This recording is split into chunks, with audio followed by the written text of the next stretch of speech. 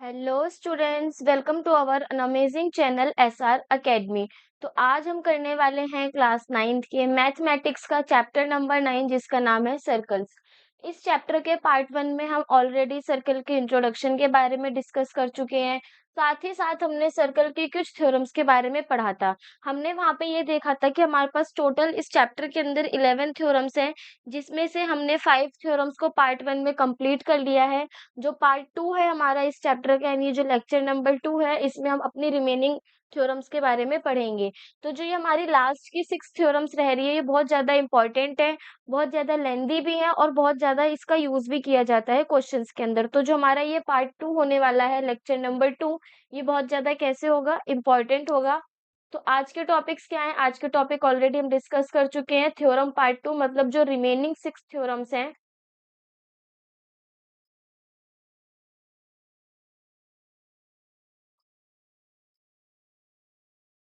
उसके बारे में हम बात करेंगे आज।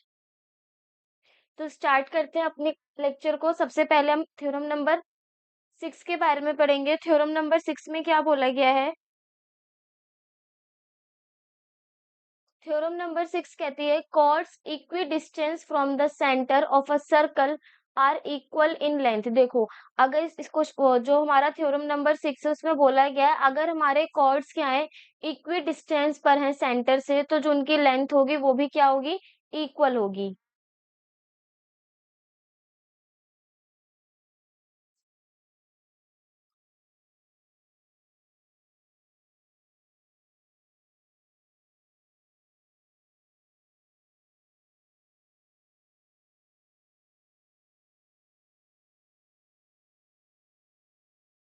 सबसे पहले थ्योरम में गिवन लिखेंगे। हमें गिवन क्या दे रखा है इसमें?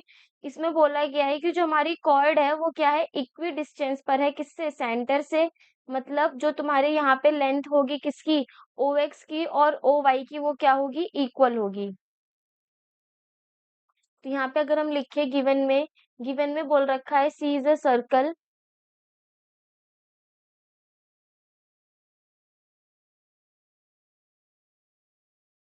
यहाँ पे एक हमारा सर्कल दे रखा है जिसका सेंटर क्या है, ओ।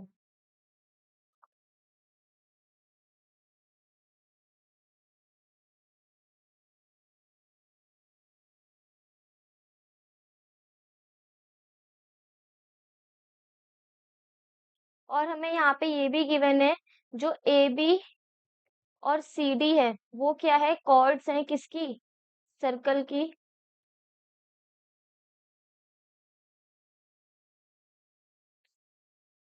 और हमें ये भी बोल रखा है कि ये दोनों कॉर्ड्स क्या है, वो इक्वी डिस्टेंस पर है, मतलब इक्वल डिस्टेंस पर है सेंटर से। तो इससे हम ये कह सकते हैं कि ओ एक्स बराबर है किसके, ओ वाई के। और जहां पर हम देखें तो ओ एक्स क्या है, परपेंडिकुलर भी है किसके, ए बी के। और साथ ही साथ जो हमारा ओ वाई है वो भी परपेंडिकुलर है किसके, सी डी के।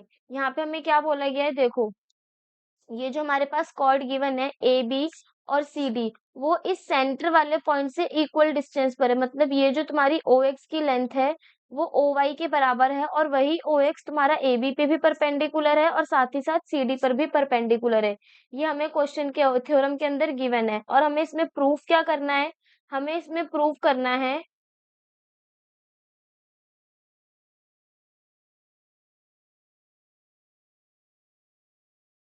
जो हमारी कॉर्ड्स हैं वो क्या है, इक्वल, यानी ए बी किसके बराबर है, सी डी के। ये हमें प्रूफ करना है। तो प्रूफ करने के लिए सबसे पहले हम यहाँ पे क्या करेंगे,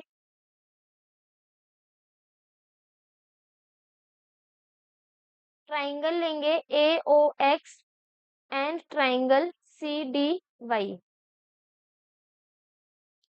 एक ट्राइंगल लिया हमने ए ओ एक्स और एक ट्राइंगल लिया हमने सी डी वाई। यहाँ पे हम देखेंगे कि एंगल ओ एक्स ए बराबर है एंगल ओ वाई सी के। क्यों?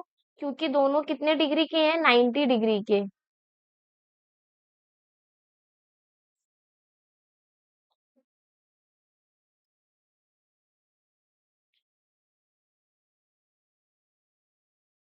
यहाँ पे हमने कौन से एंगल की बात करी है, ओ एक्स ए और ओ वाई सी, यानी ओ एक्स ए, इस वाले एंगल के बारे में बात हो रही है, और ओ वाई सी, इस वाले एंगल के बारे में बात हो रही। अब यहाँ पे हम देख सकते हैं कि जो हमारा OX है वो AB के भी परपेंडिकुलर है।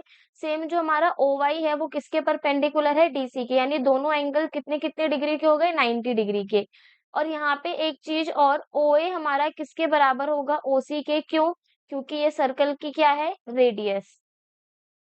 सेम OX हमारा किसके बराबर है? OY के, क्योंकि ये भी हमें ऑलरेडी थ्योरम में गिवन है, क्योंकि ये जो कॉर्ड है वो सेंटर से कैसे हैं? इक्वी डिस्टेंस पर प्रेजेंट है।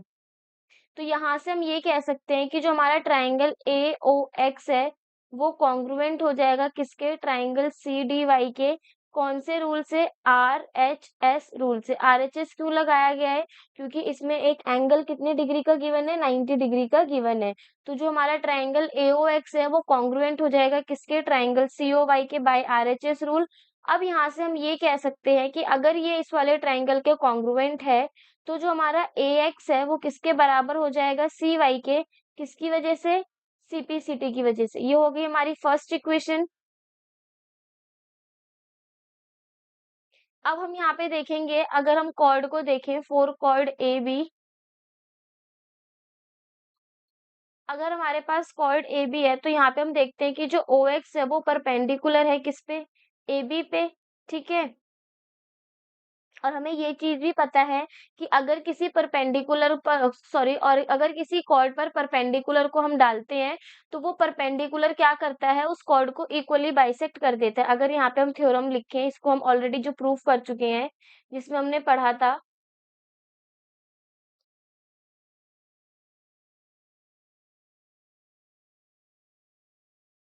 परपेंडिकुलर्स फ्रॉम सेंटर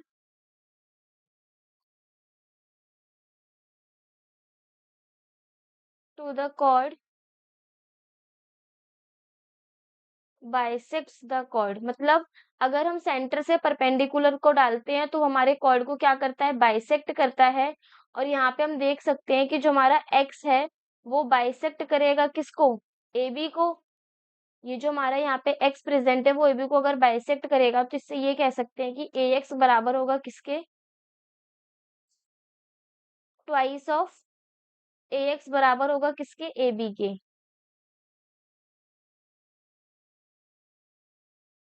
यानी जो हमारी AB है वो किसके बराबर है? ट्वाइस ऑफ AX के। ये होगी हमारी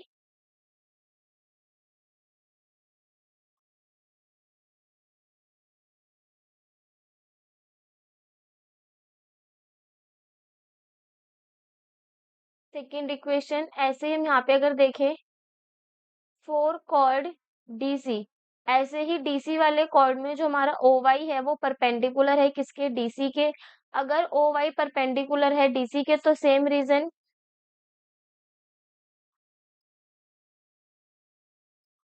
perpendiculars from centre to the cord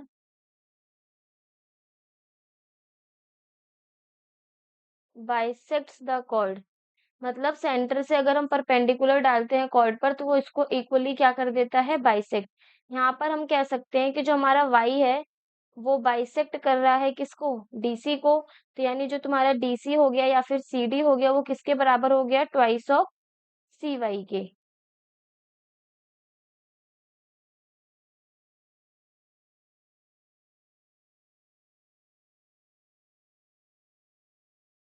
ये हो गई हमारी थर्ड।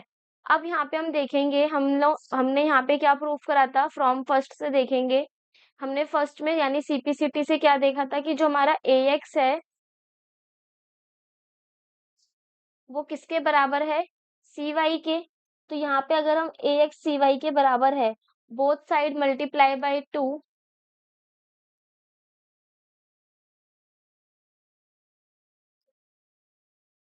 अगर हम दोनों साइड 2 से मल्टीप्लाई करेंगे तो ये हो जाएगा हमारा ट्वाइस ऑफ AX बराबर में ट्वाइस ऑफ CY। और हमें पता है कि 2AX किसके बराबर है? AB के। और जो हमारा 2CY है वो किसके बराबर है? CD के। तो ये हो गया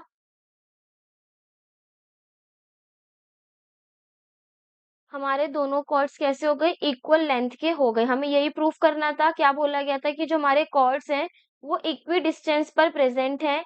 और हमें ये बताना है कि अगर वो कॉर्ड इक्वी डिस्टेंस पर प्रेजेंट है तो दोनों कॉर्ड आपस में कैसे होंगे? बराबर। तो यहाँ पे क्या करा है हमने, सबसे पहले दोनों ट्राइंगल्स को, ट्राइंगल AOX को और COY को कॉन्ग्रुएंट प्रूफ करा है।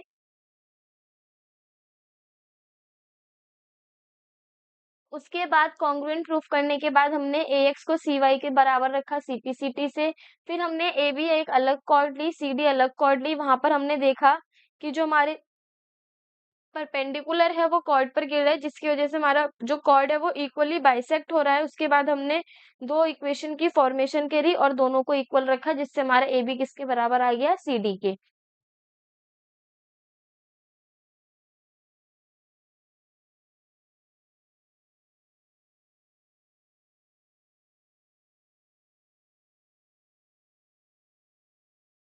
नेक्स्ट है हमारे पास थ्योरम नंबर 7। थ्योरम नंबर 7 में क्या बोला गया है, इसमें बोला गया है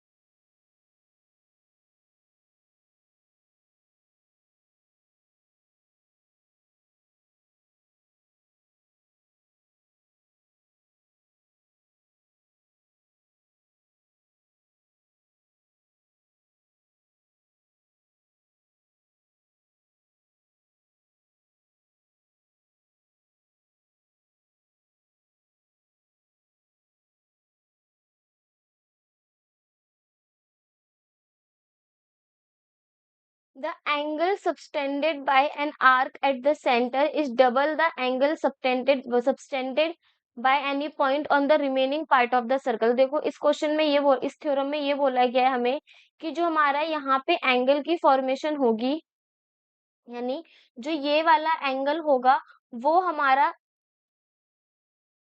मीन्स, या फिर ये बोल रहे हैं जो हमारा एंगल POQ, मतलब जो सेंटर पे एंगल बनेगा वो सर्कल के किसी भी पॉइंट पे बने एंगल के किसके बराबर होगा, ट्वाइस, यानी उसका क्या होगा, डबल होगा। हमसे ये बोला गया है। तो अगर हम यहाँ पे गिवन और प्रूफ के बारे में देखें,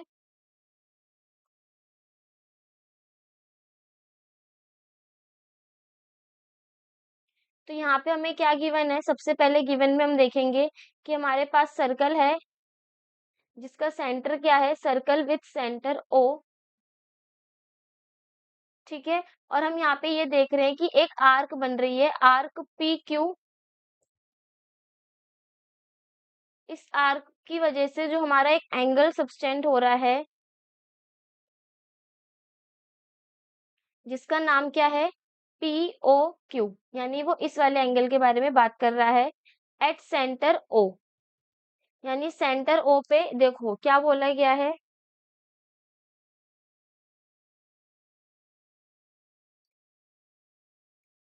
जो हमारा आर्क बन रहा है, यानी ये जो आर्क बन रही है हमारी, आर्क PQ की वजह से सेंटर पर एक एंगल बन रहा है, वो कौन सा है, POQ। ठीक है, जिस जो कहाँ पे बन रहा है, सेंटर पे, तो एंगल POQ के बारे में बात की गई है। और सेम एंगल जो PAQ है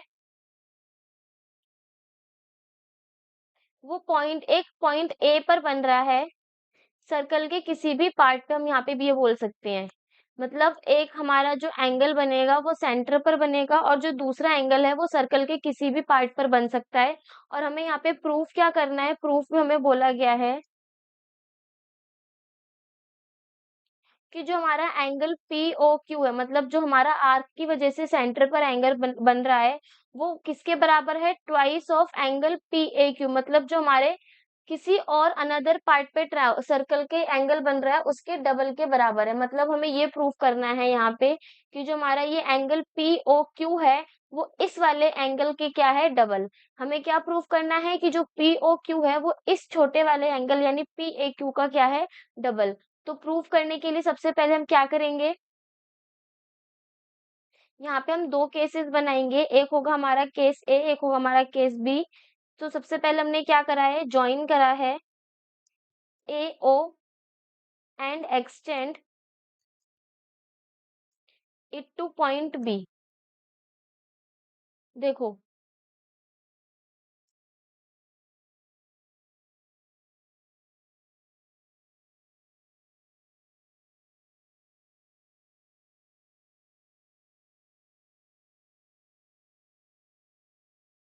यहाँ पे हमने क्या करा है, ए से एक लाइन को ड्रॉ करा है, कहाँ तक, सेंटर ओ तक।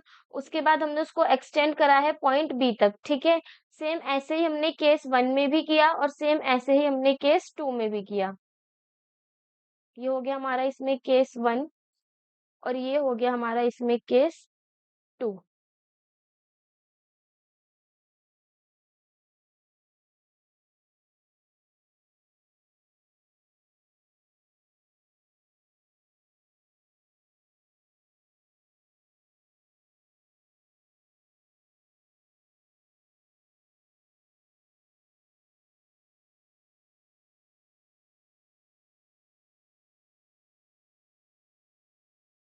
यहाँ पे हमारे कितने केस बन रहे हैं, 2 केस बन रहे हैं। There are 2 general cases here, मतलब यहाँ पे हमारे पास 2 केस बनेंगे, एक होगा केस 1 और एक होगा हमारा केस 2, ठीक है। दोनों में हमने क्या करा है, ए से बी, ए को ओ से ज्वाइन करा है और उसी लाइन को एक्सटेंड करा है, कहाँ, पॉइंट बी तक। अब क्या करेंगे, पहले हम केस 1 के बारे में बात करेंगे, यानी केस 1 को सॉल्व करेंगे, उसके बाद हम केस 2 को सॉल्व करेंगे।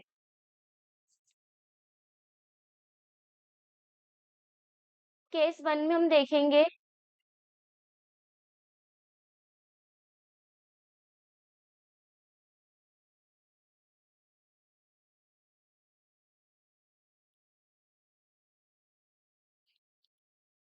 सबसे पहले इन ट्राइंगल एपीओ, कौन से ट्राइंगल के बारे में बात हो रही है, एपीओ के बारे में, यानी इस वाले ट्राइंगल के बारे में, APO.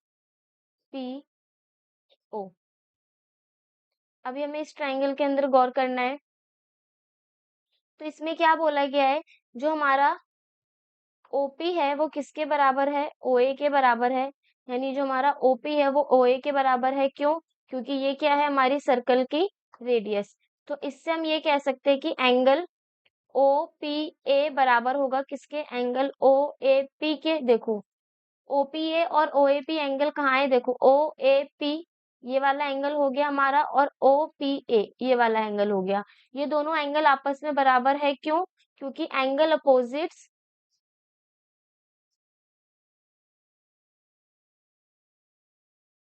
To equal sides are also equal. ठीक है, अगर दो साइड्स इक्वल हैं तो उनके सामने वाले एंगल भी कैसे हो जाएंगे, इक्वल।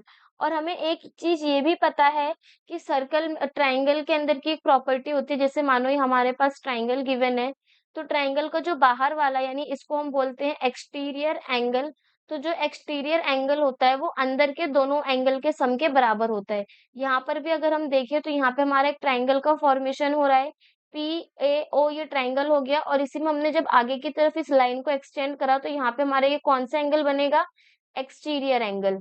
और हम ये कह सकते हैं इस ट्राइंगल के अंदर कि जो हमारा ये एक्सटीरियर एंगल है, यानी एंगल पी ओ बी, वो बराबर होगा अंदर के इन एंगल्स के सम के बराबर, यानी angle O P A plus में एंगल ओ ए पी के। ठीक है, यहाँ पे प्रॉपर्टी लिखेंगे अगर हम, exterior angle is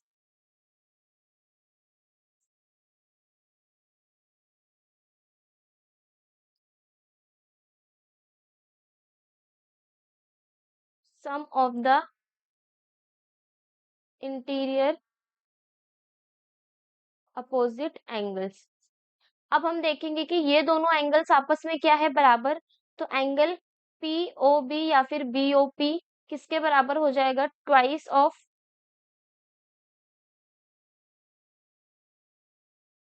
angle O P A, किसके बराबर है, ओ ए पी के। तो यहाँ पे हम ये लिख सकते हैं angle O A P plus में एंगल ओ ए पी, यानी जो एंगल बी ओ पी है वो किसके बराबर हो गया, twice of angle O A P के बराबर हो गया। ठीक है, ये हो गई यहाँ पे हमारी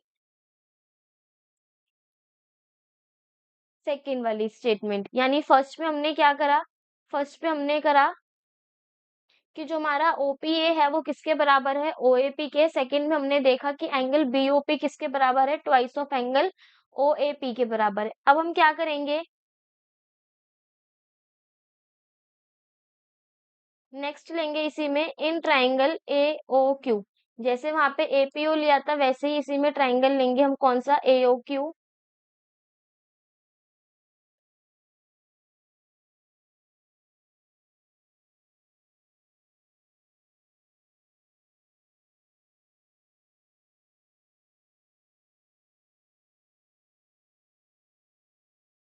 अब हमने कौन से ट्रायंगल के बारे में बात करी है? अब हमने लिया है ये ट्रायंगल यानी AOQ। अब इस ट्रायंगल में भी सेम ये वाली साइड इसके बराबर होगी, क्यों? क्योंकि ये रेडियस है। ऐसे इसके अपोजिट एंगल्स भी क्या होंगे? बराबर।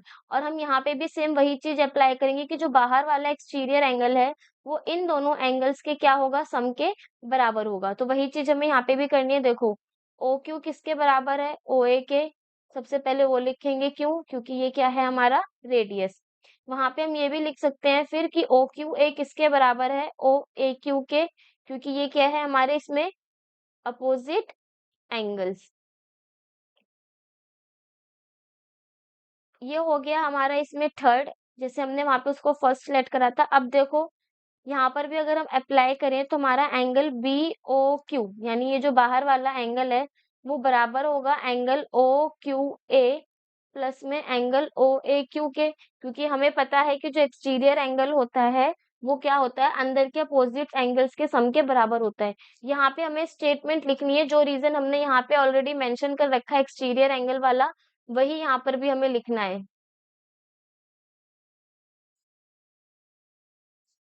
तो यहाँ पे हम देखेंगे कि हमारा एंगल बी ओ क्यू किसके बराबर है? Angle O A Q plus में एंगल ओ ए क्यू। इसकी जगह पे ओ ए क्यू क्यों रखा गया है? क्योंकि हमने देखा है कि जो ओ क्यू ए एंगल है वो बराबर है किसके? ओ ए क्यू के। तो ये हो जाएगा एंगल बी ओ क्यू बराबर में twice of angle O A Q.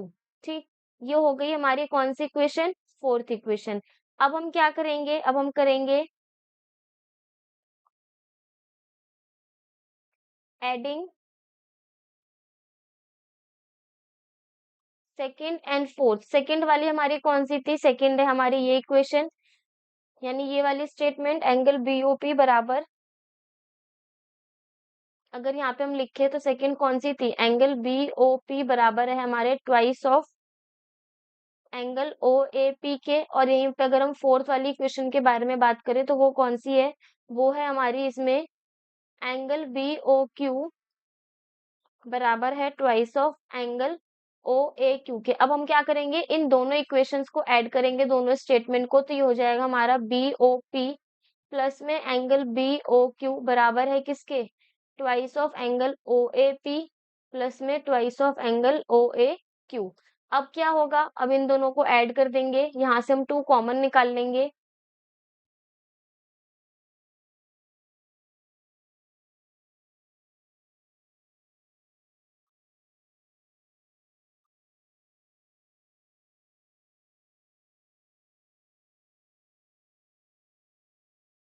Angle BOP और बीओक्यू, अगर हम यहाँ पे देखें एंगल बी ओ पी और बी ओ क्यू, ये पूरा एंगल हमारा हो गया पी ओ क्यू।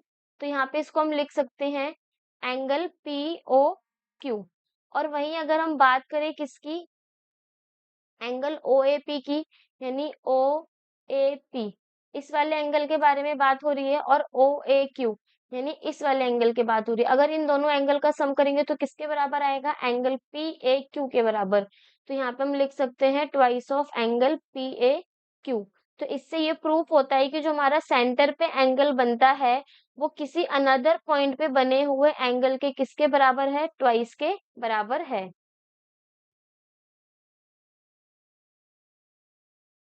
ये तो हुई हमारी इसमें केस वन के बारे में बात। अब बारी आती है इसमें केस टू की। केस टू में क्या होगा? देखो,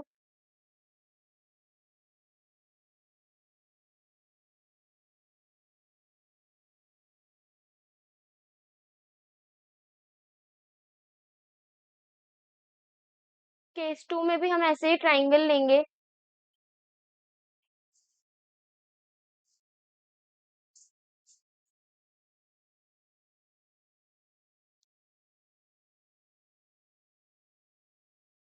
केस टू में हम देखेंगे सबसे पहले इन ट्राइंगल एपीओ। हमारे पास एक ट्राइंगल है एपीओ। एपीओ में अगर हम देखें तो हमारा ओपी किसके बराबर है? ओए के बराबर है। क्यों? क्योंकि वो क्या है हमारा इसमें? रेडियस। ऐसे ही अगर ये रेडियस है तो इसके अपोजिट एंगल्स क्या होंगे? बराबर होंगे, क्योंकि ये दोनों क्या है? इक्वल, यानी ओपीए बराबर हो गया ओएपी के, क्योंकि ये क्या है? Opposite angles. पूरी स्टेटमेंट हमें यहाँ मेंशन करनी है कि opposite angles to equal sides are equal, मतलब इक्वल साइड्स के अपोजिट एंगल्स कैसे होते हैं, इक्वल होते हैं। अब यहाँ पर अगर हम देखें तो यहाँ पे भी हमारा एक ट्राइंगल की फॉर्मेशन हो रही है। हमने कौन सा ट्राइंगल लिया है, एपीयू, यानी इस वाले ट्राइंगल के बारे में हम बात कर रहे हैं। और इस वाले ट्राइंगल में हम देखेंगे ये साइड हमारी बाहर की तरफ एक्सटेंड है, मतलब जो ये वाला एंगल होगा वो अंदर के अपोजिट टू एंगल्स के क्या होगा, बराबर होगा, जैसे हमने केस 1 में किया था।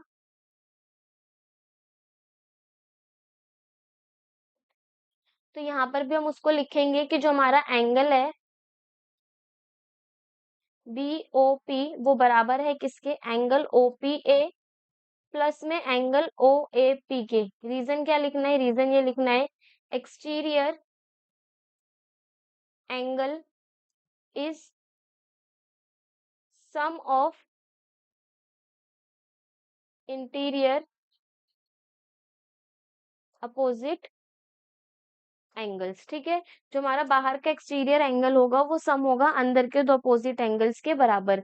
अब हम यहाँ लिखेंगे एंगल BOP। हम ये जानते हैं कि OPA किसके बराबर है, OAP के बराबर है, तो हम इसको एज इट इज लिख देंगे OAP प्लस में एंगल OAP, ये हो जाएगा angle BOP is equal to में ट्वाइस ऑफ एंगल OAP। यहाँ पे ये हो गया हमारा फर्स्ट और ये हो गई हमारी सेकेंड स्टेटमेंट। जैसे हमने अभी APO ट्राइंगल लिया है, सेम हम ट्राइंगल लेंगे AQO।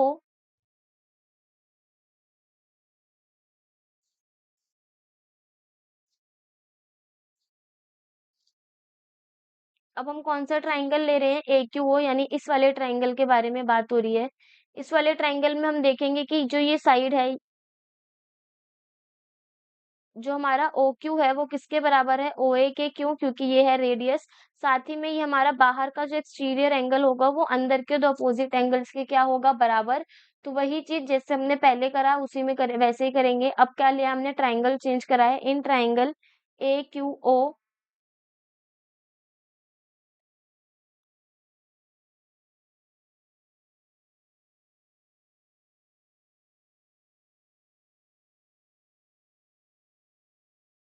AQO ट्राइंगल में हम देखेंगे कि जो हमारा OQ है वो OA के बराबर है। क्यों, क्योंकि वो हो गया हमारा रेडियस।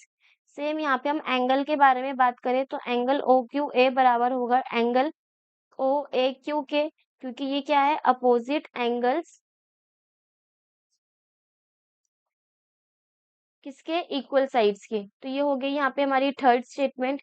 अब देखेंगे कि हमारे पास एक्सटीरियर एंगल बन रहा है, वो है हमारा BOQ, जो बराबर है किसके, एंगल OQA प्लस में एंगल OAQ के। यहाँ पर हम देख सकते हैं कि जो हमारा OQA है वो OAQ के बराबर है, तो इसे लिख देंगे हम OAQ प्लस में OAQ। BOQ बराबर हो जाएगा ट्वाइस ऑफ एंगल OAQ। ये हो जाएगी यहाँ पे हमारी फोर्थ स्टेटमेंट। ठीक है, अब हमने क्या करा, दोनों ट्राइंगल से हमने एक्सटीरियर एंगल वाला फॉर्मूला लगा करके दो स्टेटमेंट बनाई है। अब क्या करना है हमें, जैसे हमने केस 1 में करा था, एडिंग सेकंड एंड फोर्थ।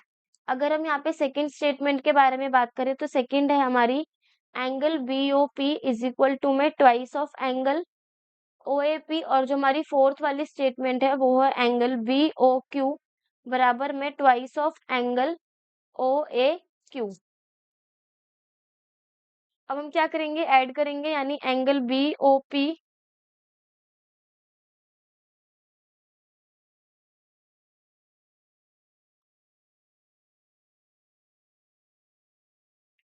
ये हो गई हमारी स्टेटमेंट। अब हमने क्या करा, BOP को एज इट इज रखा, BOQ को भी एज इट इज रखा, इसमें से टू कॉमन निकाल लेंगे, अंदर बचेगा OAP और साथ में OAQ। अब अगर हम यहाँ पे ध्यान से देखें तो BOP और BOQ यानी BOP ये वाला एंगल और BOQ ये वाला एंगल, ये दोनों एंगल मिलके हमारा किसकी फॉर्मेशन कर रहे हैं, PBQ एंगल की।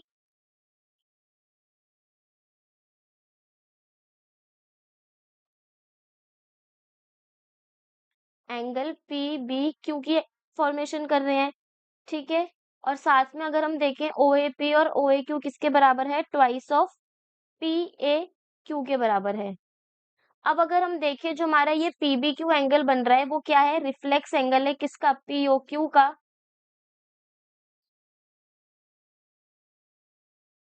जो बराबर है किसके, ट्वाइस ऑफ PAQ के। रिफ्लेक्स एंगल है यानी 360 में से हम माइनस करेंगे किसको, एंगल POQ को, तो हमारा क्या निकल के आएगा, PBQ, जो किसके बराबर होगा, ट्वाइस ऑफ एंगल PAQ के बराबर होगा। और यही हमें क्या प्रूफ करना था, हेंस प्रूफ कि जो सेंटर पे एंगल बनता है वो सर्कल के किसी भी अनदर पॉइंट पे बने हुए एंगल के किसके बराबर होता है, ट्वाइस के बराबर होता है।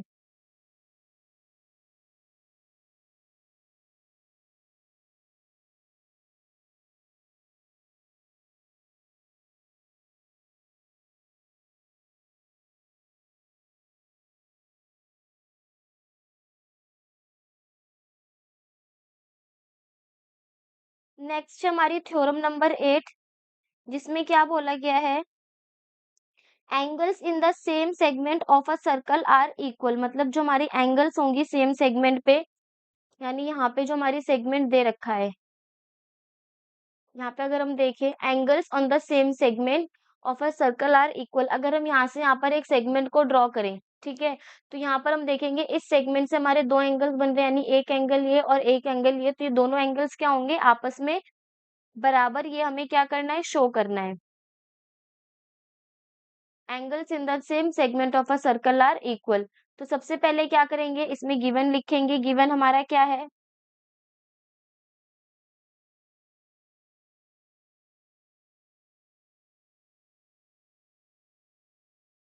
गिवन है इसमें एक सर्कल है जिस जो किसके साथ है, सेंटर O के साथ है। साथ ही साथ हम देखेंगे कि जिसमें पॉइंट P है और एंड Q है, वो क्या कर रहे हैं, सर्कल पे एंगल सबटेंड कर रहे हैं, मतलब एंगल को बना रहे हैं।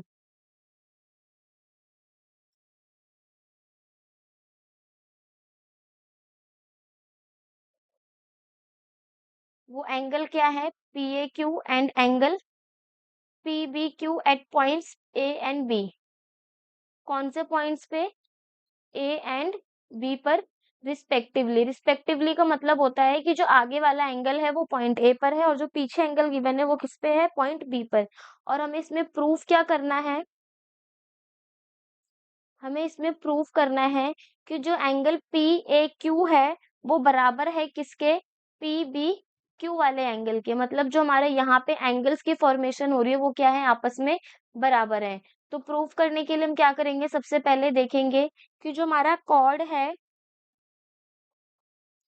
पी क्यू, वो सबटेंड कर रहा है एक एंगल, कहाँ पर, सेंटर पर। ये जो हमारा पीओ क्यू है वो क्या कर रहा है, एक एंगल की फॉर्मेशन कर रहा है। यहाँ पर हम देखें तो हमारा एक एंगल की फॉर्मेशन हो रही है, तो ये कह सकते हैं हम यहाँ पे कि एंगल पी ओ क्यू बराबर होगा एक बार twice of angle P A Q के, बाय थ्योरम 7, जो हम अभी ऑलरेडी पढ़कर आए हैं कि जो सेंटर पर एंगल होता है वो किसी अनदर पॉइंट पे बने हुए एंगल के ट्वाइस के बराबर होता है। नेक्स्ट ऐसे ही अगर हम देखें तो एंगल पी ओ क्यू हमारा किसके बराबर होगा, twice of angle P B Q के भी बराबर होगा बाय थ्योरम 7। ये हो गया हमारा फर्स्ट, ये हो गया सेकंड स्टेटमेंट, ये हमारा पीओ क्यू इसके बराबर है और अगर ये पीओ क्यू हमारा इसके बराबर है, यानी ये दोनों आपस में क्या हो जाएंगे, equal, twice of angle P A Q बराबर होगा twice of angle P B Q के, तो 2 से 2 हमारा कैंसिल हो जाएगा। यहाँ पे हम लिख सकते हैं कि पी ए क्यू एंगल किसके बराबर हो गया, एंगल पीबी क्यू के। तो ये हो गई हमारी थ्योरम नंबर 8 प्रूफ, जिसको हमने थ्योरम नंबर 7 के यूज से सॉल्व किया है।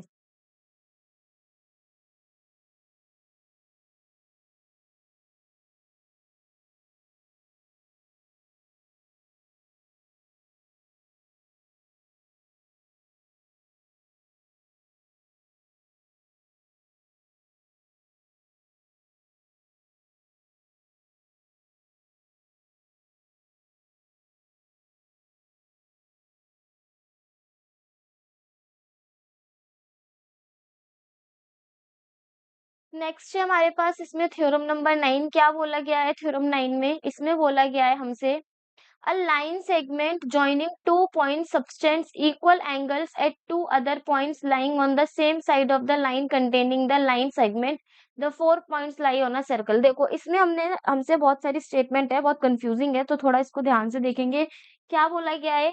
एक लाइन सेगमेंट क्या होता है? जो दो पॉइंट्स को ज्वाइन करे, ठीक है, वो एक एंगल को सबटेंस कर रही है, यानी ये जो हमारे पास A B line segment given है, ये ए और बी एक लाइन सेगमेंट है जो एक एंगल को सबटेंड कर रही है, ठीक है, lying on the same side of the line containing the line segment, मतलब जिधर की तरफ हमारी लाइन सेगमेंट है उधर ही हमारा एक एंगल सबटेंड हो रहा है, और हमें ये बताना है कि ये चारों पॉइंट क्या करते हैं, सर्कल पे लाई करते हैं, मतलब एक एंगल हमें ये गिवन है, दूसरा एंगल हमें ये गिवन है।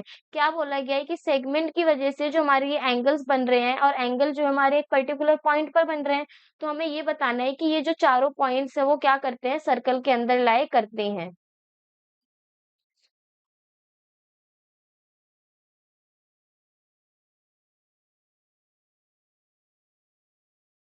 तो यहाँ पर अगर हम गिवन लिखें सबसे पहले, तो गिवन क्या होगा? गिवन हुआ हमारा इसमें A B C and D are four points. देखो ये चार पॉइंट्स तो हमारे इसमें गिवन है ऑलरेडी, लेकिन ये क्या है, जो हमारे नो थ्री आर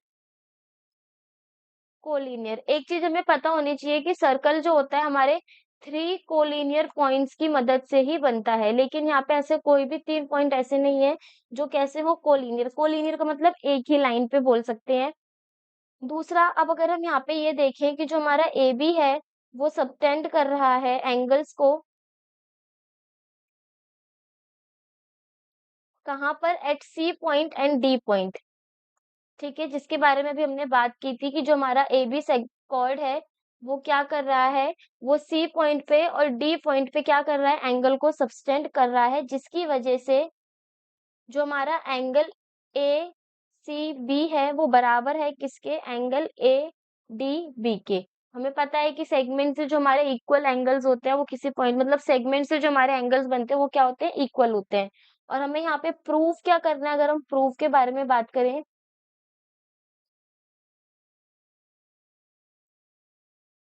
हमें प्रूफ करना है ए बी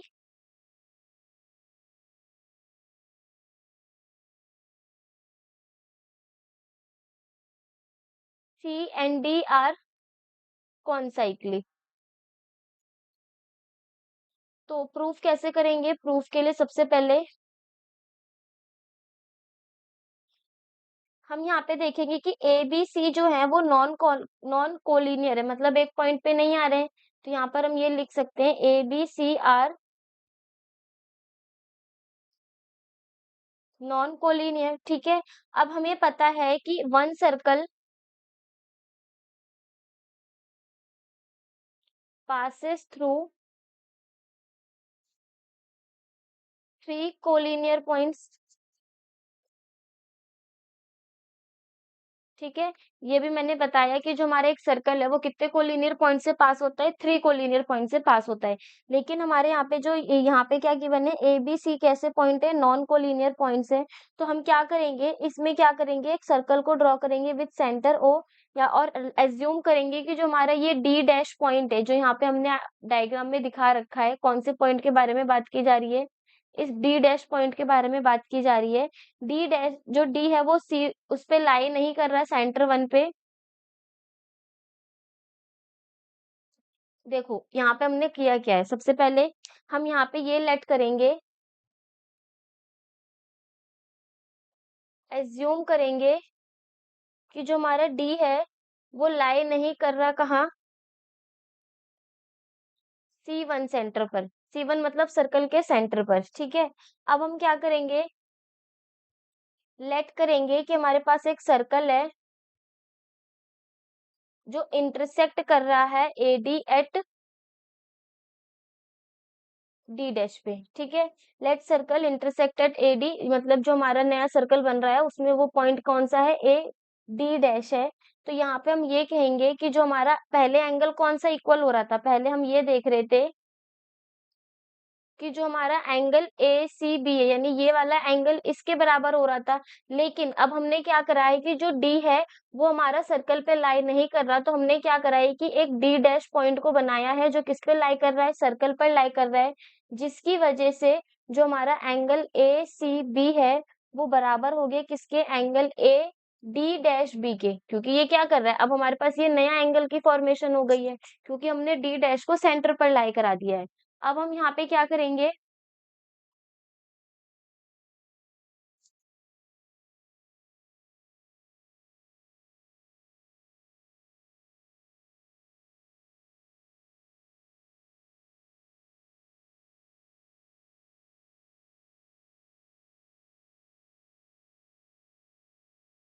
बट हम यहाँ पे अगर देखें हमें क्या दे रखा है, बट गिवन डेट कि जो हमारा एंगल ए सी बी है वो किसके बराबर है, एंगल ए डी बी के। अब देखो A C B A D dash B के भी बराबर है और A C B A D B के भी बराबर है। तो यहाँ पे हम कह सकते हैं ये हो गया हमारा फर्स्ट, ये हो गया हमारा second. From first and second से जो हमारा angle A D dash B है वो बराबर हो जाएगा एंगल ए डी बी के। ठीक है, अब हम देखेंगे in triangle B D D dash,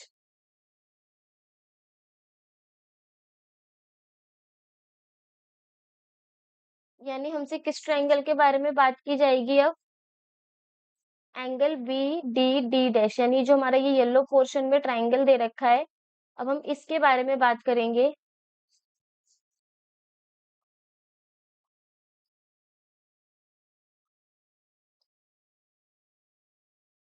in triangle B D dash and D.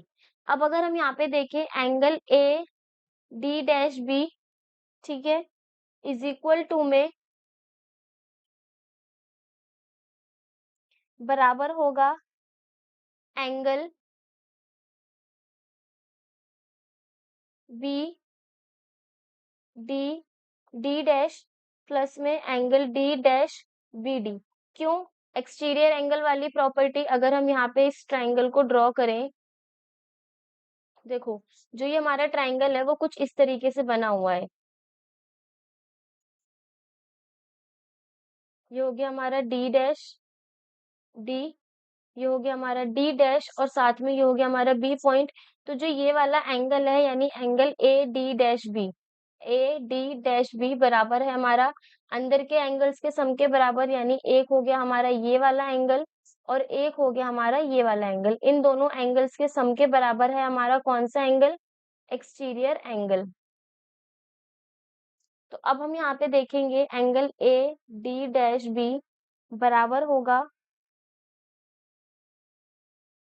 या फिर यहाँ पर अगर हम एक चीज देखें तो यहाँ पे हमने एक चीज प्रूफ की थी कि जो हमारा angle A D dash B है,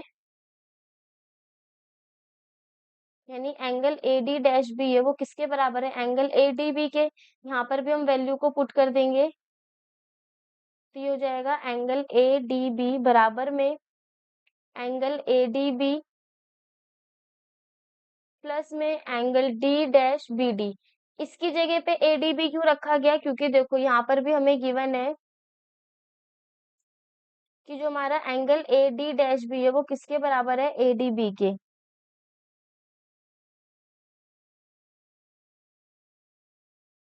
अब देखेंगे कि ए डी बी माइनस में angle A D B is equal to में angle D dash B D, इससे ये हमारा कैंसिल हो जाएगा। तो angle D B dash is equals to में डी बी, डी किसके बराबर आ गया, 0 के। इससे जैसे हम कह सकते हैं thus D dash and D coincide. Coincide मतलब अगर हमारे इन दोनों की वैल्यू 0 आ रही है, मतलब जो हमारे एंगल का फॉर्मेशन हो रहा है वो किसके बराबर है, 0 के। तो ये कह सकते हैं कि जो हमारे दोनों पॉइंट है डी डैश और डी वो क्या है, कोइंसाइड कर रहा है। इसकी वजह से जो हमने अपना अजम्पशन माना था वो क्या हो गया, गलत। अगर हमारा अजम्पशन रॉन्ग है तो हम यहाँ ये कहेंगे कि जो पॉइंट डी है वो लाई कर रहा है किसके अंदर, सर्कल के अंदर। Therefore A B C therefore A B C and D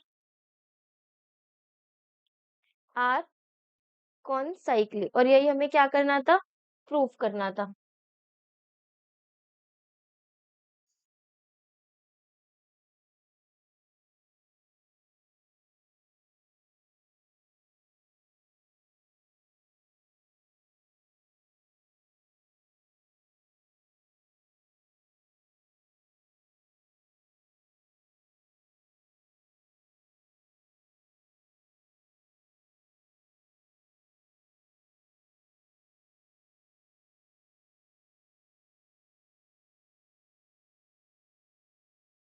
next है हमारे पास इसमें थ्योरम नंबर 10,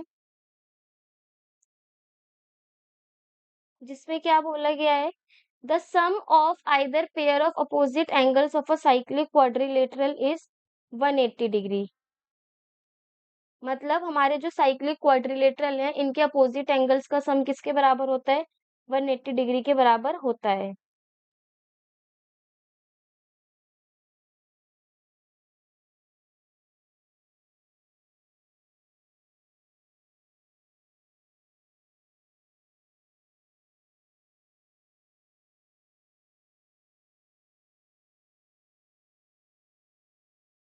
थ्योरम में क्या बोला गया है, the sum of either pair of opposite angles of a cyclic quadrilateral is 180 degree. मतलब जो साइक्लिक क्वाड्रिलेटरल है इसके अपोजिट एंगल्स का सम किसके बराबर होगा, 180 डिग्री के बराबर।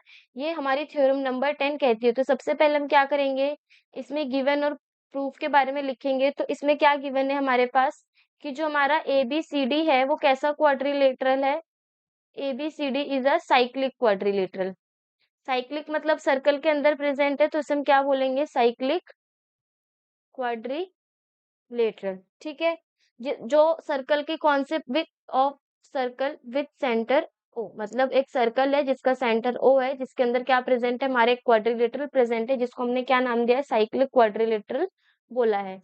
और हमसे इसमें क्या प्रूफ करने के लिए बात की गई है कि इसके अपोजिट एंगल्स का सम किसके बराबर है, 180 डिग्री के बराबर। मतलब कौन से अपोजिट एंगल के बारे में बात की जा रही है, सबसे पहले अगर हम यहाँ पे देखें, एंगल बी ए डी, यानी ये वाला जो एंगल है वो इसके अपोजिट में कौन सा पड़ रहा है, ये यानी एंगल बी सी डी किसके बराबर है, 180 डिग्री की। अगर हम इसको लिखें तो angle B A D plus में एंगल बी सी डी, इसका सम किसके बराबर होना चाहिए, 180 डिग्री के। अगर यहीं पे हम दूसरा देखें तो एंगल ए डी सी और एंगल ए बी सी का सम किसके बराबर होगा, 180 डिग्री के बराबर होगा। Angle A B C plus में एंगल ए डी सी किसके बराबर है, 180 डिग्री के बराबर। ये हमें क्या करना है, इसमें प्रूफ करना है। तो सबसे पहले अगर हम यहाँ पे अगर प्रूफ के बारे में बात करें, तो यहाँ पे हम डायगोनल्स को ड्रॉ करेंगे, किसके अंदर, साइड एक क्वाड्रिलेटरल के अंदर।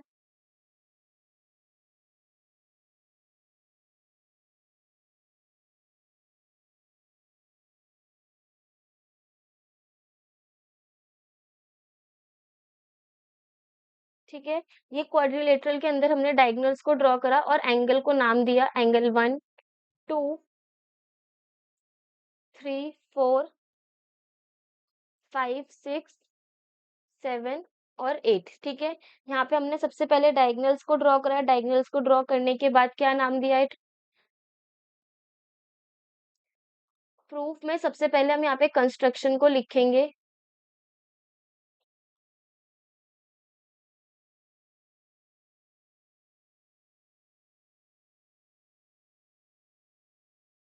कंस्ट्रक्शन में हमने क्या करा है,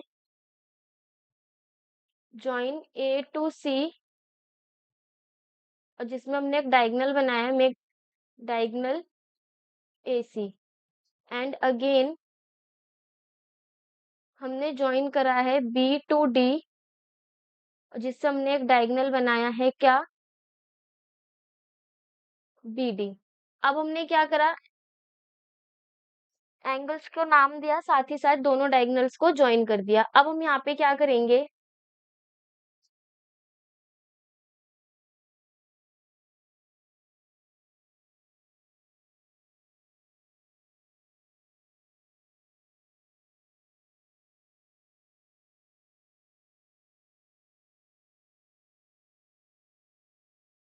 angle 1, angle 2,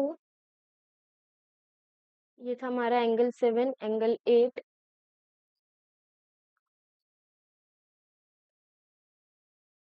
angle number 3, angle number 4, ये हो गया एंगल नंबर 5 और ये हो गया एंगल नंबर 6। अब देखो, यहाँ पे हम एक-एक करके कॉर्ड्स को लेंगे। सबसे पहले अगर हम देखें cord AB,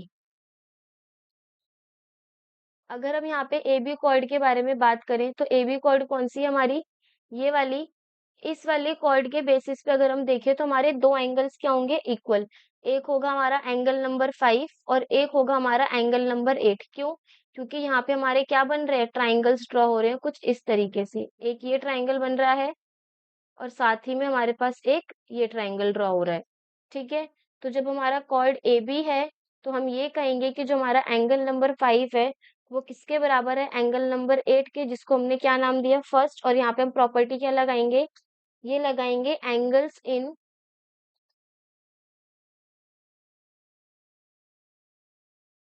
same segment are equal. मतलब जो एंगल्स है वो सेम सेगमेंट पे कैसे होंगे? इक्वल होंगे। नेक्स्ट अगर हम यहाँ पे दूसरा कॉर्ड ले, कौन सा? Chord BC।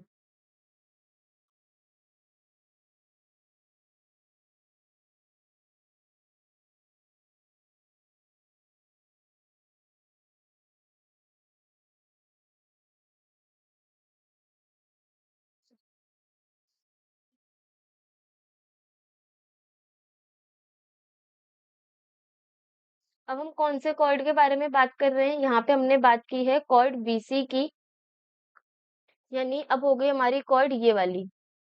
अगर हम BC कॉर्ड के बारे में बात करें तो इसमें हमारा जो एंगल 1 होगा वो किसके बराबर होगा? 6 के, क्योंकि हमारा कौन सा ट्राइंगल बन रहा है? एक हमारे पास ये ट्राइंगल की फॉर्मेशन हो रही है, दूसरे हमारे पास ये हमारा एक ट्राइंगल, यानी एक एंगल ये होगा और एक एंगल हमारा ये होगा। तो यहाँ पर हम लिखेंगे कि कॉर्ड BC में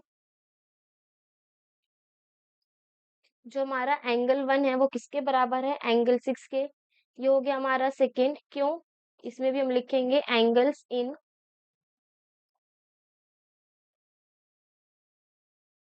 सेम सेगमेंट आर इक्वल।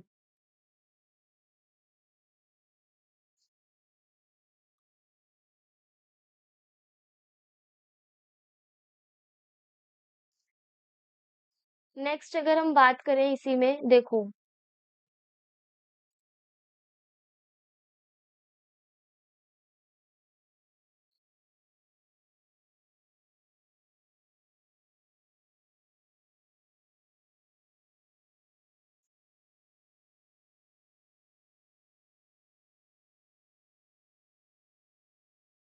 अब हमने कौन से कॉर्ड के बारे में बात की है? अब हम यहाँ पे बात करेंगे कॉर्ड CD। जब हम CD कॉर्ड को लेंगे, यानी हमने कौन से कॉर्ड के बारे में बात करी है? इस वाले कॉर्ड को लेंगे तो एक हमारा एंगल ये बनेगा और एक एंगल हमारा ये बनेगा, यानी एंगल 2 किसके बराबर होगा? एंगल 4 के। ये हो गया हमारा थर्ड। सेम जब हम लास्ट में लेंगे कॉर्ड कौन सा? AD। तो AD कॉर्ड में हम देखेंगे कि जो हमारा, अब कौन से कॉर्ड के बारे में बात हो रही है? AD, यानी इस वाले कॉर्ड के बारे में। तो इसमें हमारे दो एंगल्स कौन से हैं? एक है हमारा एंगल 3 और एक है हमारा एंगल नंबर 7। तो यहाँ से हमारे कौन से दो एंगल्स इक्वल होंगे? वो होंगे एंगल नंबर 3 बराबर में एंगल नंबर 7।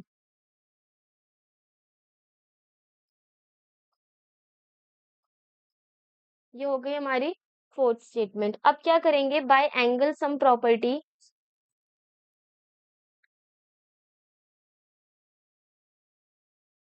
किसकी? क्वाड्रिलेटरल की। वो क्या होती है? एंगल ए प्लस में एंगल बी प्लस में एंगल सी प्लस में एंगल डी बराबर किससे के होगा? 360 डिग्री की। हमें पता है क्वाड्रिलेटरल के अंदर चारों एंगल का सम किसके बराबर होता है? 360 डिग्री के बराबर होता है। अब यहाँ पर हम एंगल सम प्रॉपर्टी लगाएंगे और उस क्वेश्चन को सॉल्व करेंगे।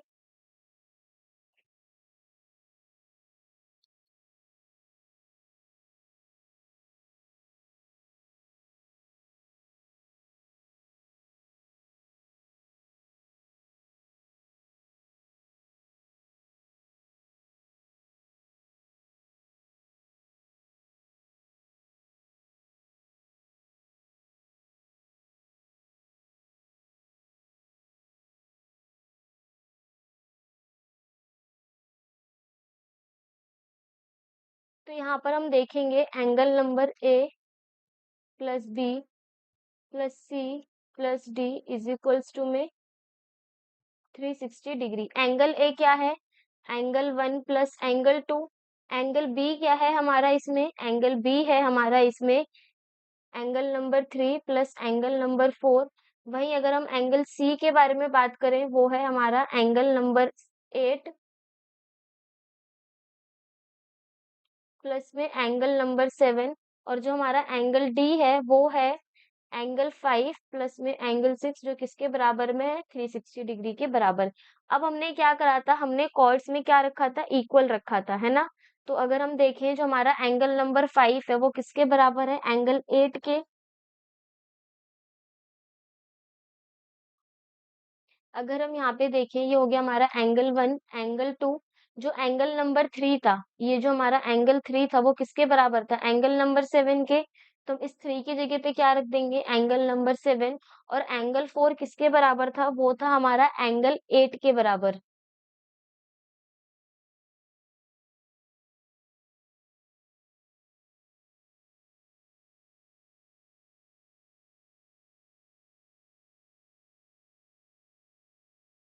एंगल 1, एंगल 2, एंगल 3, एंगल 4, मतलब यहाँ पे हमने सारे एंगल्स को रखा। साथ ही साथ हम देखेंगे, ये हो गया हमारा angle number 4, angle number 8, angle number 7, angle 5 और एंगल 6 इज इक्वल्स टू में 360 डिग्री। अब अगर हम एक चीज नोटिस करें, वो क्या है? वो है हमारा एंगल 1 प्लस एंगल 2 प्लस में एंगल 7 और साथ ही साथ एंगल 8। ये एक हमारा हो गया, यानी एंगल 1, एंगल 2, एंगल 7 और एंगल 8। ठीक है। एक बचता है हमारा इसमें, वो है प्लस का ये एंगल 4 प्लस एंगल 7 प्लस में एंगल 5 और एंगल 6, जो किसके बराबर है? 360 डिग्री के बराबर। यहाँ पर अगर हम देखें, तो हमारा एंगल 4 किसके बराबर है? वो है हमारे एंगल नंबर 2 के बराबर।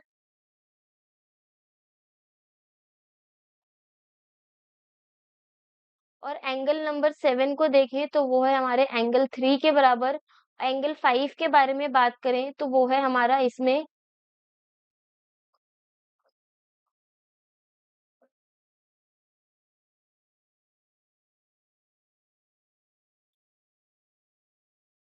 एंगल 4 हुआ हमारा एंगल नंबर 2 के बराबर।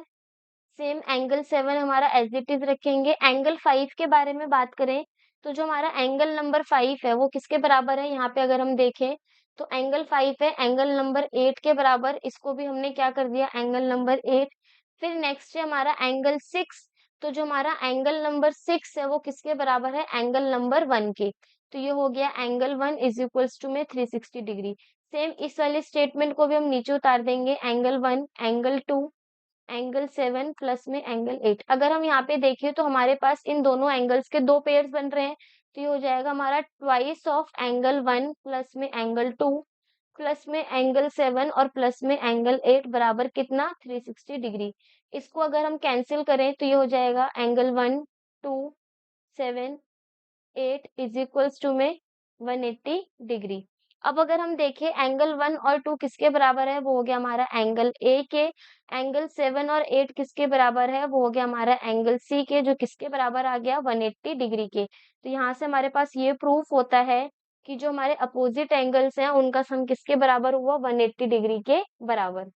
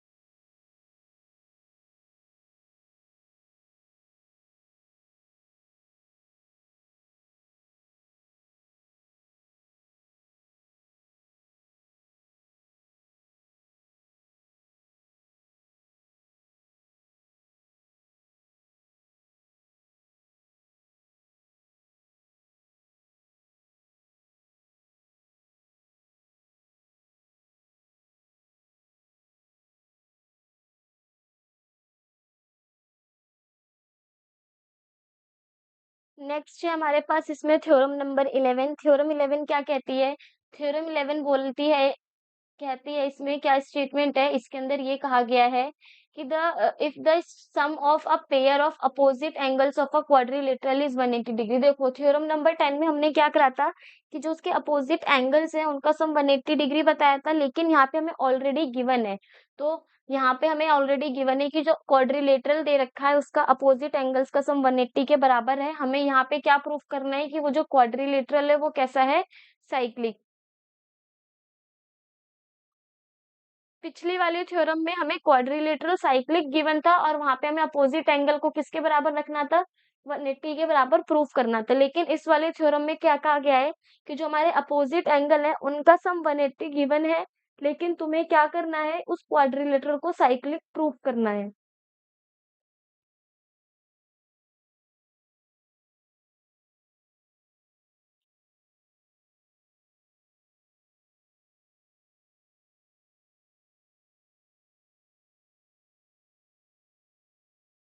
अगर हम इसमें गिवन के बारे में बात करें तो हमें इसमें क्या क्या गिवन है।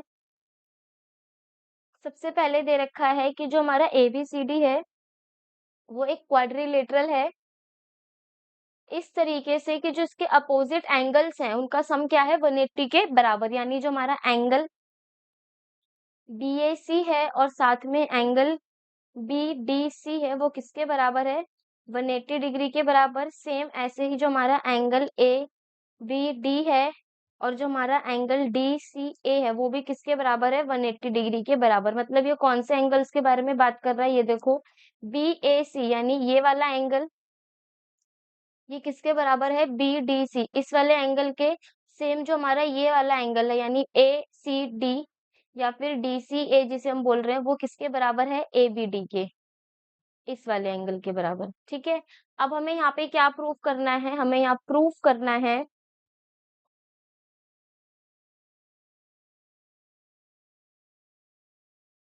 कि एबीसीडी क्या है, एक साइक्लिक क्वाड्रिलेटरल है।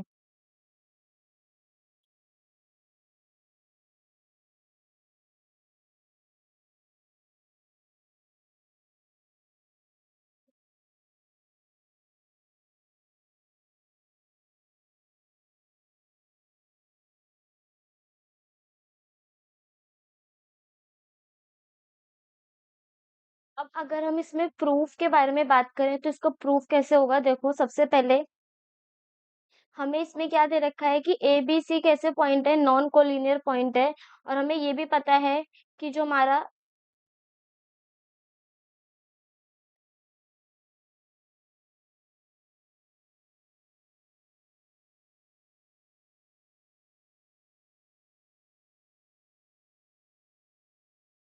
A B C are non collinear points. ठीक है, ये एक ही लाइन में हमारे पॉइंट्स लाई नहीं कर रहे हैं। साथ ही साथ हमें पता है कि एक सर्कल को पास होने के लिए वन सर्कल पासेस थ्रू कितने कोलिनियर पॉइंट्स होने चाहिए, 3 कोलिनियर पॉइंट्स होने चाहिए, थ्रू 3 कोलिनियर पॉइंट्स। ठीक है, अब हमें पता है कि एक सर्कल को पास होने के लिए कितने कोलिनियर पॉइंट्स चाहिए, 3 कोलिनियर पॉइंट्स चाहिए। तो यहाँ पर हम क्या करेंगे, लेट करेंगे, अज्यूम करेंगे, let us draw a circle जिसका सेंटर क्या है, C1, जिस जो है सर्कल C1 जिसका सेंटर क्या हो गया, विथ सेंटर O। यानी यहाँ पर अगर हम बात करें तो यहाँ पे हमने एक सर्कल ड्रॉ करा है जिसका सेंटर क्या है O, और वो हमने इस तरीके से ड्रॉ करा है सर्कल कि जो हमारा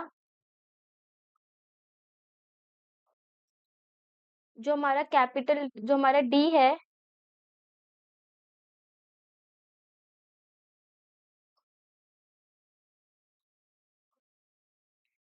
does not lie on C1। मतलब यहाँ पे हमने एक ऐसे सर्कल को ड्रॉ करा है कि जो हमारा ये D है वो C1 पे, जो हमारा D है वो उस पे सर्कल पर लाई नहीं कर रहा। मतलब यहाँ पे हमने एक नया पॉइंट बनाया है जिसको नाम क्या दिया है हमने, D डैश। यानी अब हम ये कह सकते हैं कि A B C D dash क्या है, एक कौन सा क्वाड्रिलेटरल है, साइक्लिक क्वाड्रिलेटरल। यहाँ पर ये C1 क्या कहना चाह रहा है ये समझने की जरूरत है। C1 का मतलब ये है कि देखो क्या बोला गया है कि यहाँ पर हमें गिवन है कि जो ए बी सी है वो नॉन कोलिनियर पॉइंट्स है, ए बी सी डी, मतलब ये हमारे एक कोलिनियर पॉइंट्स नहीं है। और हमें ये पता है कि एक सर्कल को ड्रॉ करने के लिए हमेशा कितने कोलिनियर पॉइंट्स चाहिए होते हैं, 3 कोलिनियर पॉइंट्स चाहिए होते हैं। अब हमने क्या करा है, इन 3 कोलिनियर पॉइंट्स की वजह से हमने एक सर्कल ड्रॉ करा है, ऐसे सर्कल का ड्रॉ करा है कि जिससे जो हमारा ये कैपिटल डी वाला पार्ट है वो उस सर्कल में लाई नहीं कर रहा है, बल्कि कौन सा पोर्शन लाई कर रहा है, डी डैश। अब हम यहाँ पे देखेंगे कि ए बी सी और डी, ये जो हमारा ए बी सी डी है वो एक साइक्लिक क्वाड्रिलेटरल बना रहा है। क्यों? क्योंकि वो किसके अंदर एग्जिस्ट कर रहा है, वो हमारा सर्कल के अंदर एग्जिस्ट कर रहा है। तो हम यहाँ ये कह सकते हैं कि ए बी सी और डी डैश हमारा कैसा क्वाड्रिलेटरल हो गया, एक साइक्लिक क्वाड्रिलेटरल हो गया। और यहाँ से ये भी कहा जा सकता है कि angle B A C plus में angle B D dash C is equals to में 180 डिग्री। मतलब कौन से एंगल के बारे में बात हो रही है, वो इस वाले एंगल के बारे में, मतलब जो ये वाला एंगल है यानी एंगल बी ए सी बराबर होगा एंगल बी डी डैश और सी के, जिसका सम किसके बराबर होगा, 180 डिग्री के बराबर। ये बोला गया है। अगर यहाँ पे हम रीजन लिखें तो वो क्या होगा, अपोजिट एंगल्स इन अ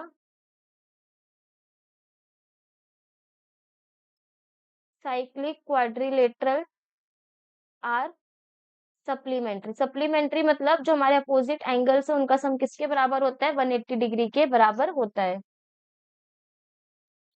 अब यहाँ पे हम देखेंगे, लेकिन हमें गिवन क्या है, हमें गिवन ये है कि जो एंगल बी ए सी है वो किसके बराबर है, एंगल बी डी सी। मतलब एंगल बी ए सी और बी डी सी का सम किसके बराबर है, 180 डिग्री के बराबर है, ये हमें गिवन है। तो यहाँ पे हम ये कह सकते हैं angle B A C plus में एंगल बी डी सी, ये भी किसके बराबर हो जाएगा, बी ए सी प्लस में एंगल बी डी सी। यहाँ पे हमने क्या करा है, देखो अगर ये 180 डिग्री के बराबर है, ये दोनों का सम 180 डिग्री के बराबर है, तो ये दोनों आपस में इक्वल होंगे। यहाँ से बी ए सी कैंसिल हो जाएगा, यानी बी डी डैश सी बराबर हो जाएगा किसके, बी डी सी के। तो ये हो जाएगी यहाँ पे हमारी फर्स्ट स्टेटमेंट। अब हम क्या करेंगे, अब हम यहाँ पे देखेंगे कि जो हमारा एंगल बी डी सी है किसमें, now in triangle B D,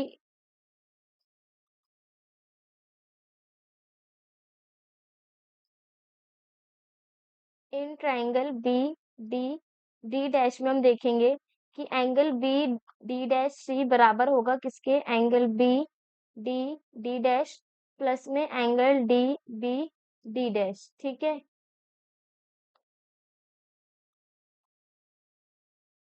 reason हो गया एक्सटीरियर एंगल प्रॉपर्टी। अगर यहाँ पे हम ट्राइंगल को ड्रॉ करें, कौन से ट्राइंगल के बारे में बात की जा रही है, बी डी डी डैश, यानी इस वाले ट्राइंगल की।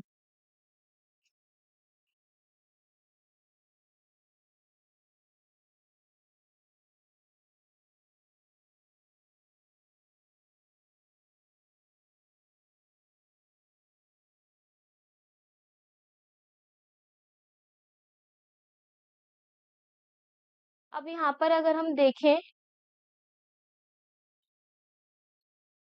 बी डी सी, यानी एंगल बी डी सी, ये वाला जो एंगल होगा वो अंदर के इस वाले एंगल और इस वाले एंगल के सम के क्या होगा, बराबर होगा। वही हमने करा है यहाँ पे।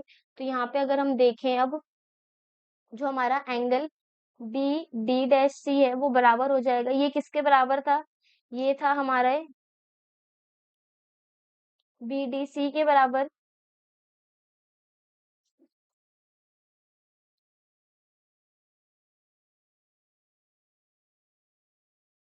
Angle B D D dash यानी बी डी डी डैश, इस वाले एंगल के बारे में बात हो रही है। इस वाले एंगल को हम बी डी डी डैश लिखे या बी डी सी लिखे, बात एक ही है। साथ ही में ये हो जाएगा हमारा डी बी डी डैश। जो हमारा यहाँ पे हमने देखा था कि ये जो बी डी डैश सी है वो किसके बराबर है, बी डी सी के। तो ये हो गया हमारा एंगल बी डी सी बराबर में एंगल में B D C plus angle D B D dash.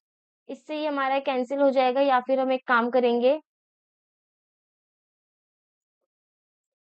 Angle B D C minus में एंगल बी डी सी बराबर हो गया किसके, angle D B D dash के। इसको कैंसिल करेंगे, ये हो जाएगा हमारा 0। तो यहाँ से हम ये कंक्लूजन निकाल सकते हैं कि अगर हमारा डी बी डी डैश 0 है, तो ये कहेंगे कि जो डी डैश एंड जो डी है वो क्या करेगा, वो हमारा कोइंसाइड्स करेगा। अगर वो एक दूसरे को क्या कर रहा है, कोइंसाइड कर रहा है, तो हम ये कह सकते हैं थस जो हमारा अजम्पशन है वो क्या है, रॉन्ग। यानी वो अजम्पशन हमारी गलत हो गई। तो इससे ये कहा जा सकता है कि जो हमारा पॉइंट डी है वो कहाँ लाई करेगा, लाइज ऑन सर्कल C1, मतलब वो उसी सर्कल में लाई करेगा। इससे हम ये कह सकते हैं कि जो हमारा ए बी सी डी है वो कैसा क्वाड्रिलेटरल है, साइक्लिक क्वाड्रिलेटरल है। और यही हमें क्या करना था, प्रूफ करना था। तो यहाँ पे ये जो हमारी थ्योरम नंबर 11 है वो बहुत इंपॉर्टेंट थ्योरम हो गई, क्योंकि इसमें बहुत सारी चीजें आएंगी। तो थ्योरम नंबर 11 कैसी हो गई, एक इंपॉर्टेंट थ्योरम है जिसमें हमने क्या करा है, हमें गिवन था कि क्वाड्रिलेटरल के अपोजिट एंगल्स का सम 180 डिग्री के बराबर है। और हमें ये प्रूव करना था कि जो वो क्वाड्रिलेटरल है वो कैसा क्वाड्रिलेटरल है, साइक्लिक क्वाड्रिलेटरल है। ये हमारे ऑलरेडी एक थ्योरम की तरह थी जिसमें हमने ये प्रूव करा था कि जो हमारा पॉइंट सी और डी है या फिर ए बी सी और डी पॉइंट है वो कैसे को साइक्लिक है। ठीक है, तो यहाँ पर हमने क्या करा है, यहाँ पे हमने ए बी सी डी को साइक्लिक क्वाड्रिलेटरल प्रूफ करा है। तो यहाँ पर हमारी सारी थ्योरम्स फिनिश होती हैं इस चैप्टर की। जो हमारा सर्कल वाला चैप्टर है इसमें हमने अपने सारे थ्योरम्स को कंप्लीट कर लिया है। साथ ही साथ हमने इसके इंट्रोडक्शन वाले पार्ट को भी कंप्लीट करा है। जो ये हमारा पार्ट 2 है जिसमें हमने वेराइटीज ऑफ थ्योरम्स को करा, मतलब टोटल 6 थ्योरम्स करी है, जो बहुत लेंदी भी थी, बहुत इंपॉर्टेंट भी थी, जिसमें हमने ट्राइंगल के भी कुछ कॉन्सेप्ट्स को अप्लाई करा है। तो ये हमारी थ्योरम्स कैसी हो गई, बहुत इंपॉर्टेंट थ्योरम्स है जो हमारे पेपर में पूछी जा सकती हैं। तो यहाँ पे होता है हमारा चैप्टर नंबर 9 फिनिश सर्कल के बारे में। नेक्स्ट चैप्टर है हमारा हीरोन्स फॉर्मूला, जिसमें हम ट्राइंगल के एरिया को निकालेंगे एक अलग तरीके के फॉर्मूले से जो हमने आज तक पढ़ा नहीं है। सिर्फ हमने नॉर्मल से एक फॉर्मूले को पढ़ा था, वो क्या था, half into base into height. वहां पर हमें एक अनदर न्यू फॉर्मूले के बारे में जानने को मिलेगा। तो मिलते हैं हम अपने नेक्स्ट चैप्टर में, वो कौन सा है, हीरोन्स फॉर्मूला। और आज का चैप्टर हमारा यही फिनिश होता है। Thank you for watching our channel.